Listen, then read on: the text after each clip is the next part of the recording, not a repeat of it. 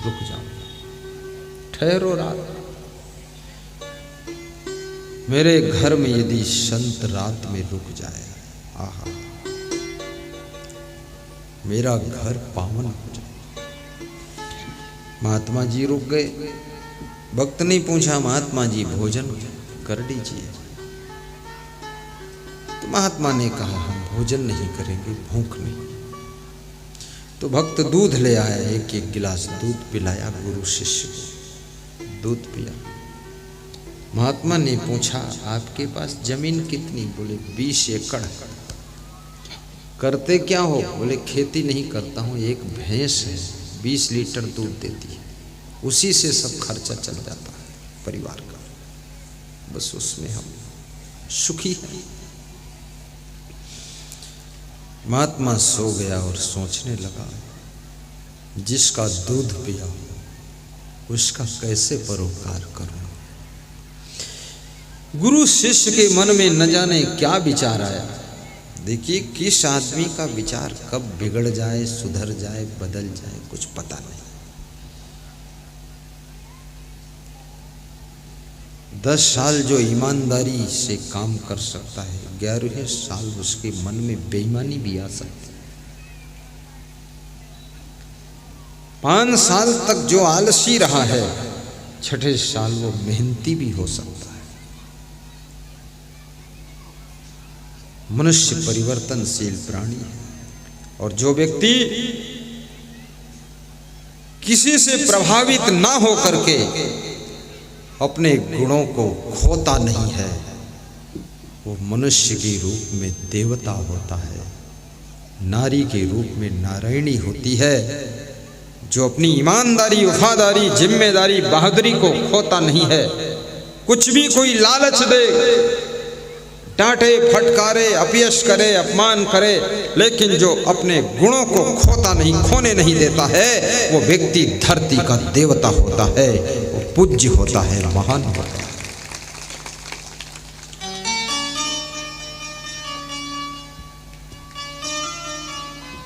गुरु शिष्य दोनों सवेरे 3 बजे उठते हैं।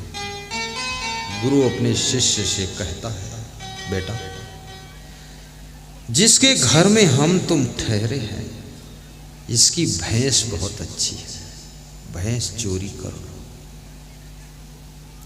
शिष्य ने कहा, गुरुदेव, जिंदगी भर आपने सिखाया है चोरी करना पाप है, आज मुझसे ही चोरी करने की आज्ञा दे रहे हैं, मैं तो नहीं करूंगा। गुरु ने कहा, शिष्य वही है जो आज्ञा का पालन करे। बोले, गलत आज्ञा? अरे बोले, ये सोचना ही नहीं, बस कर देना है। शिष्य ने सोचा, अब क्या करूं। भैंस खोल लेता है, शिष्य लेकर चल देता है। गुरु पीछे पीछे चल रहा है, दूर चले गए लेकर के। सवेरा हुआ, 5 बजे जब वो किसान उठा और देखा भैंस नहीं, फिर जाकर देखा तो वो साधु भी नहीं है, वो गुरु शिष्य भी नहीं है। किसान बहुत रोया, बहुत दुखी हुआ कि एक भैंस का ही भरोसा था, वो भी चली गई, और साधु का विश्वास था, वो भी चला गया। भैंस गई तो गई, अगर साधु ही मिल जाता तो कम से कम आशीर्वाद लेते, कुछ ज्ञान सुनाता, दुख हल्का हो जाता। बहुत रोया। पत्नी आई, वो भी रोने लगी, बच्चे रोने लगे, सब खेल बिगड़ गया। जब मनुष्य का खेल बिगड़ता है तो रोने के अलावा कुछ नहीं बचता है। खेल बनाने में वर्षों लग जाते हैं, खेल बिगड़ने में तो केवल 2-4 मिनट में ही खेल बिगड़ जाता है। इसलिए मैं निवेदन करूंगा, हमेशा सावधान रहिए। थोड़ी सी असावधानी से खेल बिगड़ सकता है, भाग्य बिगड़ सकता है, किस्मत बिगड़ सकती है। जिंदगी का फैसला संभल कर लीजिए। अगर सही जगह आपको मिल गई है उस प्लेटफार्म को छोड़िए मत। कितने नेताओं में लोग मुख्यमंत्री और प्रधानमंत्री का रूप देख रहे थे, लेकिन उन्होंने गुस्सा में आकर के पार्टी छोड़ दिया, अलग दूसरी पार्टी में चले गए, वहां सफल नहीं हुए, तीसरी में चले गए, वहां सफल नहीं हुए, अपनी पार्टी बनाई, उसमें सफल नहीं हुए, तब तक बुढ़ापा आ गया, खत्म हो गया। सहन शक्ति रखना। यदि किसी अच्छे गुरु के पास में तुमको शरण मिल गई है तो कृपया धुंध मत मचाना, उपद्रव मत करना। एक गुरु के प्लेटफार्म को मजबूती से पकड़ कर रहना, यहीं से तुम्हारी जिंदगी का हवाई जहाज आकाशीय उड़ान भरेगा और तुम्हारा कल्याण होगा। किसी महिला को अच्छा पति मिल गया, उपद्रव मत मचाइए, संतोष रखिए, गम खाकर रहिए। अन्यथा इस पति से छूटने के बाद पति का मिलना भी कठिन हो जाएगा। फिर ऐसा पति मिलेगा तुम्हारी दुर्गति कर डालेगा। सही सलामत पति मिलना भी कठिन है, सही सलामत पत्नी मिलना कठिन है, सही सलामत गुरु मिलना कठिन है, सही सलामत शिष्य मिलना भी कठिन है, ठीक ठाक भाई मिलना भी कठिन है, और सही सलामत पुत्र और पुत्री मिलना कठिन है, ठीक ठाक पुतोहू मिलना कठिन है। लेकिन यदि मिल गई तो उस पुतोहू को तंग मत कीजिए, अन्यथा झोला झंडा लेकर मायके चली जाएगी। फिर आजकल की पुतोहू कलयुग का पानी पिया है, झारखंड के फल खाया है, पूरा दिमाग गर्म रहता है। छोटी सी बात में तो लहंगा हिला के मायके मिलेगी, फिर वहां गीत गाएगी, गोटेदार लहंगा निकलूं जब डाल के और लौट के ना आऊंगी, क्योंकि जी का जंजाल बना दिया है। इसलिए हाथी के दांत जो निकल जाते हैं फिर से अंदर नहीं होते हैं। अपनी पत्नी को संभाल कर रखो, पति को भी संभाल कर रखो, माँ बाप को भी संभाल कर रखो। ये माँ बाप कोई ऐरे गैरे नत्थु खैरे वगैरह पगैरे नहीं है, ये माँ बाप बहुत बड़ी पूंजी है, दौलत है। मैंने सुना है किसी सज्जन के एक बेटा और एक बहू थी, दोनों मिल करके अपने माँ बाप को परेशान करते थे। सोकर नहीं उठते थे, काम नहीं करते थे, फिजूल खर्ची करते थे, अंड बंड बात करते थे। माँ बाप बहुत परेशान हो गए। माँ बाप उनको रोज जगाते थे, उठो जागो चलो ये काम करो वो काम करो, रोज उतना ही बता पाते थे। बेटा नाराज हो जाता था, मत जगाना मुझको खबरदार। बहू भी बहुत नाराज होती थी। सोने वाले लोग जो ज्यादा सोते हैं, पहली गलती ज्यादा क्यों सोते हो आप? दूसरी गलती जगाने वाले से गुस्सा करते, ये दूसरी गलती। तीसरी गलती जगाने वाले से दिन भर नाराज रहते कि हमको जगाया क्यों। अरे धन्यवाद देना चाहिए, कम से कम जगाने का परोपकार तो किया इसने। तो धन्यवाद के बजाय 2 लात मार देते। बहुत बड़ा मुंह फुलाते हैं, गुस्सा दिखाते हैं कि तुमने जगाया क्यों। अरे तो मैं नहीं जगाऊंगा तो कौन जगाएगा भाई? जब मैं तेरा बाप हूं तो जगाएगा कौन? कौन जगाएगा बोल? बाप के अलावा कौन जगाएगा? बाप से ही तो मतलब है, जगाना तो पड़ेगा। और नहीं जगाना है तो खुद जाग जा, तो खुद जागता नहीं है। और जगाने आता हूं तो बोलते जगाते क्यों हो? तो जगाऊंगा नहीं तो काम बिगड़ रहा है, तो काम बिगड़ जाने दो।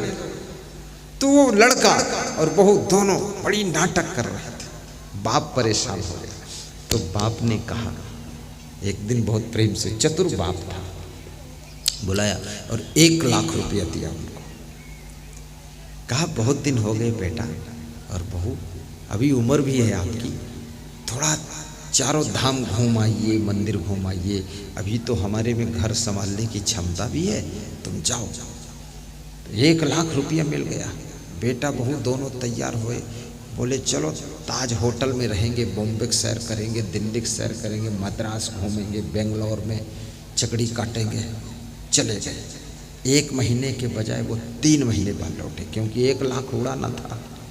सब उड़ा उड़ू के खर्च करके। इधर बाप ने क्या किया, बाप ने जो मकान था वो 3 मंजिल का वो बेच दिया 1 करोड़ में। बेच दिया। जो रुपया मिला अपने अकाउंट में डाला और पत्नी के अकाउंट में डाला, अपनी पत्नी, और ये किराए के मकान में जाकर रहना शुरू किया। और जो मकान बेच दिया 1 करोड़ का, उसमें बोर्ड लगा दिया कि इस घर का मालिक अमुक जगह रहता है, जिसको संपर्क करना इस नंबर से संपर्क करो। लड़का बहू आए, वहाँ देखा खेल बदला हुआ है, मकान में कोई और रह रहा है, माँ बाप गायब हैं। पूछा कहाँ गए भाई माँ बाप, इसमें तो मेरे माँ बाप रहते थे, मेरा घर है। तो जिसने खरीदा था उसने कहा निकलो बाहर, ये रजिस्ट्री देख लो, मैं खरीद चुका हूँ। अरे ये क्या हो, नाराज मत हो, जिन्होंने मेरे हाथ घर बेचा उन्होंने कहा था अगर कोई, नाराज मत हो, जिन्होंने मेरे हाथ घर बेचा उन्होंने कहा था अगर कोई आएगा बात करना चाहेगा तो इस नंबर से बात करा देना। बात कराया। तो बाप ने कहा यहाँ आ जाइए, मैं यहाँ हूँ। तो वहाँ पहुँचे, रिक्शा पर बैठ करके पति पत्नी, पुतोहू और पुत्र दोनों पहुँचे। कहा पिताजी ये क्या बात है, आपने घर बेच दिया, अब हम कहाँ रहेंगे? बोले मैं आपको इसीलिए बेचा हूँ, अब तुम चाहे जहाँ रहो, क्योंकि हम तुमको छेड़ना नहीं चाहते, जगाना नहीं चाहते, और न तुमको हम कुछ कहना चाहते। तुम चाहे पेड़ के ऊपर चढ़ के रहो, चाहे गड्ढा खोद कर दो, और तुम्हारी पत्नी ये भी चाहे जैसे रहे, चाहे नंगी घूमे, चाहे आधी नंगी घूमे, और चाहे बांगड़ू बन के घूमे, कुछ भी करे, खूब फैशन करे, जो करे खूब, दोनों ड्रामा करो जाकर, बस मेरे का पिंड छोड़ दो। बोले पिताजी ये कैसे बनेगा? बोले ये पकड़ो 3 लाख रुपए, जाओ किराए से रहो जाकर, फिर मकान बना लेना और रह लेना। 3 लाख दे दिया। 10-5 दिन ढूंढते रहे, कमरा मिल जाए, कहाँ मकान मिलेगा। सारा दिमाग ठिकाने आ गया, नींद हराम हो गई। प्लेटफार्म पर भी पड़े रहे, फुटपाथ पर पड़े रहे। जब अलग लिया, आहा, मकान किराए से गजब हो गया। सारी समस्याएं उनके ऊपर, सारा सिस्टम बदल गया। सवेरे 4 बजे जागने लगे, खूब काम करने लगे, दिमाग ठिकाने आ गया, सब हालत खराब हो गई। ऐसा हाल हो गया। चले जाओ, चले जाओ। ये बहुत बड़ी माला गुरु जी को पहनाने के लिए लाए हैं। देखो श्रद्धा बहुत है, श्रद्धा बहुत है। अब ये सोचो, जब इसको 5-6 लोग लाद कर लाए तो इसको अकेले में कैसे संभालूंगा? वहीं रख लो, टेबल पर रखो, साफ सुथरा। लेकिन श्रद्धा इतनी है कि मैं अपने संत को, मैं अपने गुरु को सबसे बड़ी माला पहनाऊंगा, इतना बड़ा आदर करूंगा। नेताओं का आदर तो दुनिया स्वार्थ में करती है, पर मैं मेरे गुरु का आदर हम सब भक्त लोग मिलके परमार्थ के लिए करेंगे, धर्मार्थ के लिए करेंगे। मेरा गुरु महान है। ऐसा सोच करके ये दिनेश राय जा रहे हैं। हाँ, निकल जाओ, निकल जाओ। मैं सोचता हूँ कितना प्रेम है इनका, बहुत प्रेम। अभी पहनूंगा माला, थोड़ा सा सत्संग हो जाए।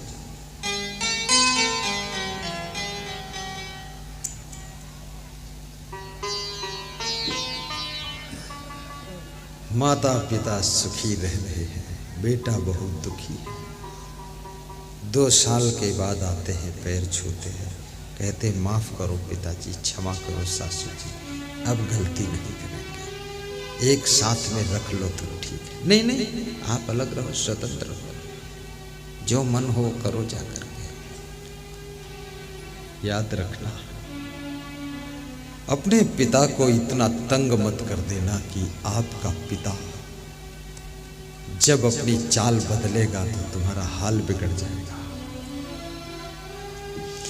गुरु को इतना तंग मत कर देना, नहीं तो शिष्यों की हालत खराब हो जाएगी, ये भी याद रखना।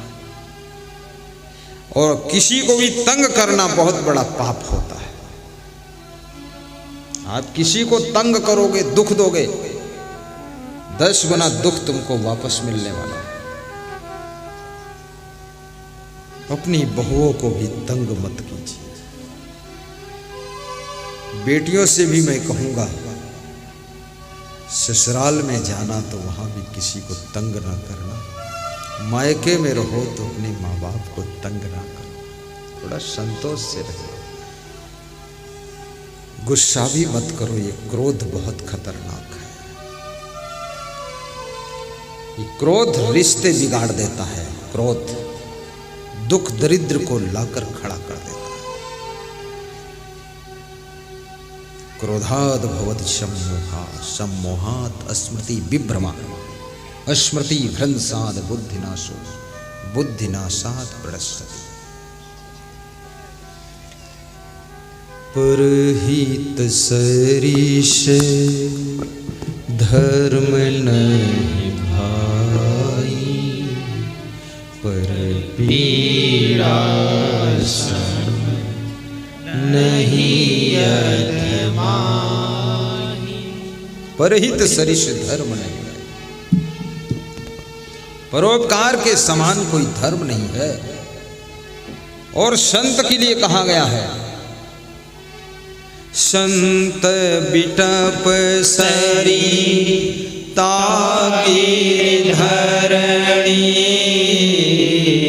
परहित है तो इन्हीं की करणी, परहित से तो इन्हीं की। संत परोपकारी होते हैं। वृक्ष कबहु नहीं फल भकै, नदी न संचय नीर, परमार्थ के कारण साधु धरा सब।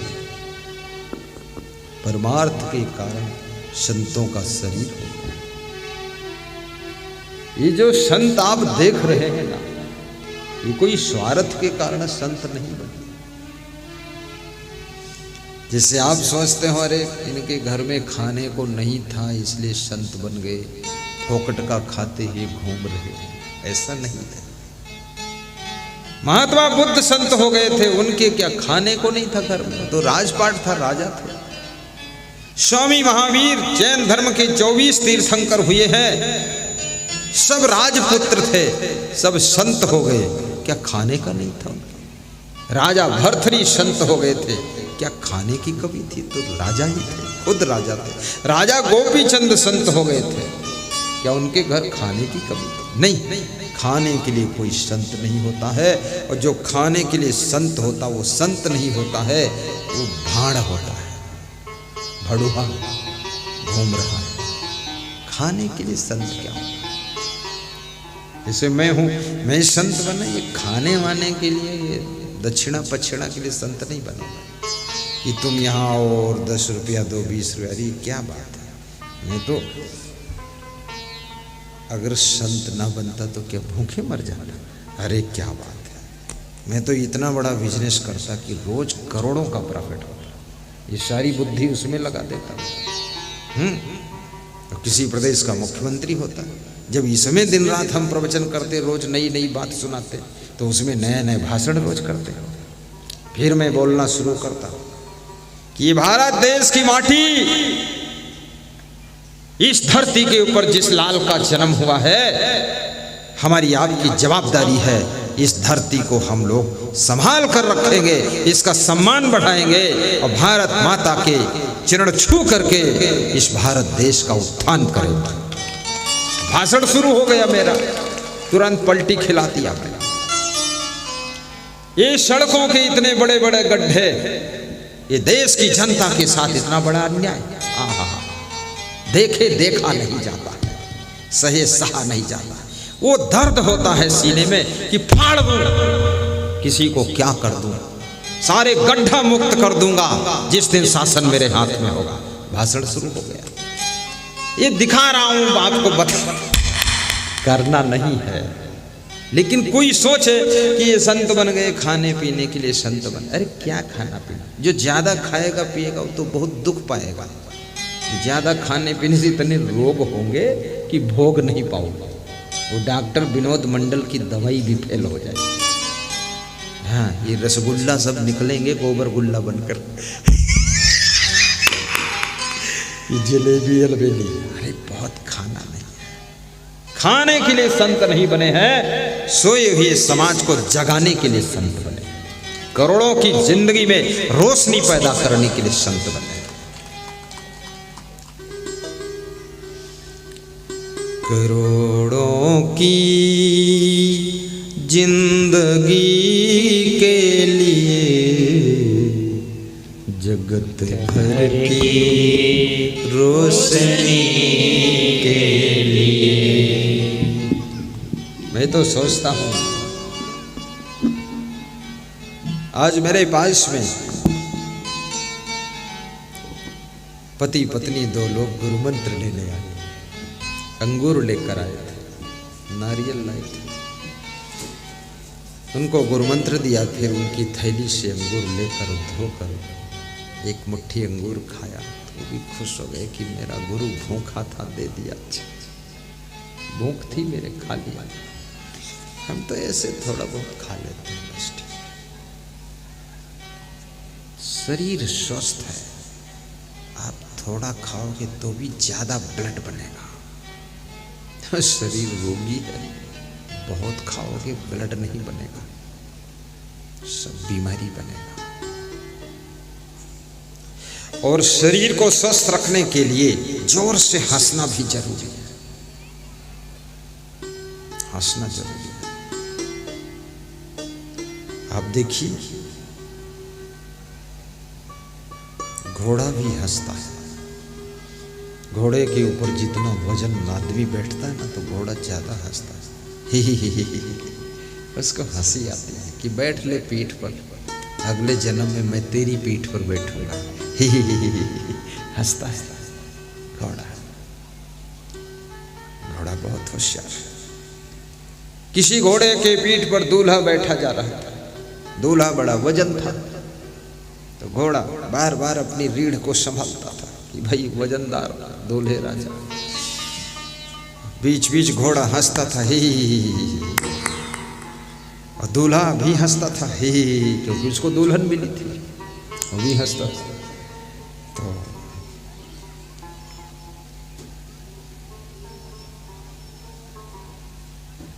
दूसरे घोड़े ने उस घोड़े से पूछा कि आज तो कुछ ज्यादा ही हंस रहा है, क्या बात है? तो बोले मैं ही थोड़ी हंस रहा हूँ, दूल्हा भी हंस रहा है। तो एक आदमी ने दूल्हे से पूछा, तू बहुत हंस रहा है, क्या बात है? तो महात्मा पास में खड़ा था, उसने कहा ये है, जितना हंस रहा है उतने फंस रहा है। बोले बोले कैसे फंस रहा? अरे बोले बस आज भर हंस ले, फिर इस दूल्हे को जिंदगी भर रोना है, केवल आज भर हंसना, आखिरी हंसी है। कितने लोगों की जिंदगी की आखिरी हंसी हो जाती है, बस फिर ऐसी जिंदगी फंसी है, बड़ी दुर्दशा है। सत्संगी बन जाओ, सब जिंदगी का दुख मिटेगा। आइए, परहित सरिष धर्म नहीं भाई, पर पीड़ा संग नहीं अभिमान। गुरु शिष्य उस किसान की भैंस को लेकर चले गए। किसान रो रहा, पत्नी भी रो रही, बच्चे रो रहे, शाम तक रोते। फिर संभल जाते हैं। दूसरे दिन सोचते हैं क्या करूं, तीसरे दिन फिर विचार करते हैं, चौथे दिन निर्णय लेते हैं, पांचवें दिन काम शुरू करते हैं। कितना बड़ा खेत है, अब कुछ फसल बोऊं, क्या करूं। किराए से ट्रैक्टर लाकर जुताई करके गेहूं बो दिया। 20 एकड़ में 400 कुंटल गेहूं हुआ। 400 कुंटल गेहूं। आहा, कितना 8 लाख का बिका जाकर के। 10 भैंस खरीदी, घर भी बनाया, फिर खेती भी शुरू कर दिया। 2-3 साल में ट्रैक्टर ट्राली ले लिया, कार भी ले लिया, 3 मंजिल मकान खड़ा कर लिया, 10-20 भैंस और बढ़ा दिया। ठाट बाट हो गया। बड़ी खुशी, बड़ी प्रसन्नता, रोना धोना बंद।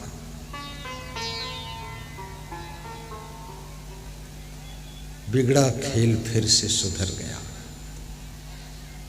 10 वर्ष के बाद वो महात्मा अपने शिष्य से कहता है कि चलो एक रात उसी किसान के यहाँ फिर मेहमान बन जाए। शिष्य ने कहा, गुरुदेव आप मेहमान बनो, आपका स्वागत अच्छा होगा। वहाँ ये भैंस चुरा खिलाए हो, मेहमान बनोगे? बेईमान बनकर फिर मेहमान? मैं तो नहीं जाऊँगा। गुरु ने कहा, वाह, जहाँ फूल जाता है साथ में खुशबू जाती है, जहाँ शक्कर जाती है साथ में मिठास जाती है, जहाँ गुरु जाता है साथ में शिष्य भी जाता है। चल बेटा चल, जो स्वागत होगा वो आधा आधा ले लेंगे। आधा आधा स्वागत बट रहा है। क्या बात है, कौन है जो मौन है? आधा आधा स्वागत। शिष्य गया गुरु के साथ, वहां गए। जब वहां पहुंचे तो देखा वहां की सीन बदली हुई नजर आई। सब नजारा चेंज है।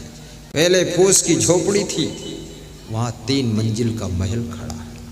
द्वार पर कार खड़ी है, 2 मोटरसाइकिलें खड़ी, ट्रैक्टर ट्राली खड़े हैं, 10-20 भैंस बंधी हुई। बोले यही घर है क्या? जगह तो वही है। लगता है वो किसान दुखी होकर सब बेच कर कहीं चला गया, कोई और आदमी बस गया। चलो अंदर चल के पूछ लेते। गए, देखा वही किसान मिला हंसता हुआ। महाराज बहुत दिन बाद दर्शन दिया, आइए महाराज पधारिए, स्वागत। चरण छुआ, दंडवत किया। बोले महाराज बड़ी कृपा है आपकी, बड़ी कृपा है। बोले सब ठीक है, कुशल मंगल? बोले सब ठीक है। बोले ये सब बहुत उन्नति हो गई, कैसे? बोले महाराज जिस रात आप मेहमान हुए, आप तो चले गए लेकिन चोर कोई भैंस खोल ले गए। मैं दिन भर रोया, बहुत दुखी हुआ। दूसरे दिन दुखी रहा, मेरी पत्नी बहुत दुखी रही, बच्चे भी रोते रहे। तीसरे दिन सोचा, चौथे दिन विचारा, पांचवें दिन निर्णय लिया, फिर काम शुरू किया। खेत में जुताई करवाया किराए के ट्रैक्टर से, फिर बीज बोया, 400 कुंटल गेहूं हुआ, 8 लाख का बेचा, तो 10-20 भैंस लाए, मकान बनाया, फिर खेती भी कर रहा हूँ, भैंस भी पाल रहा हूँ। अब तो मैं करोड़पति हो गया महाराज। महात्मा ने कहा आओ बैठो, जाओ दूध ले आओ पी ले। महात्मा ने 1 गिलास दूध पिया, शिष्य ने भी पिया। शिष्य को डर था कहीं भाई बात खुल न जाए। चोर की दाढ़ी में तिनका, डर तो लगता ही है, गलत काम किया है, डर लग रहा है। लेकिन गुरु ने अपने कमंडल से भैंस के रुपये निकाले और 20,000 की गड्डी दिया। कहा ये पकड़ो अपने पैसे बेटा, आपकी भैंस कोई चोर नहीं ले गया था, आपकी भैंस मैं ही ले गया था चुरा कर। बोले महाराज संत और चोरी? बोले मुझे इसलिए चुराना पड़ा कि 20 एकड़ जमीन तुम्हारी बंजर पड़ी हुई थी, तुम खेती नहीं कर रहे थे, एक भैंस में ही संतोष करके अटके हुए बैठे हुए थे।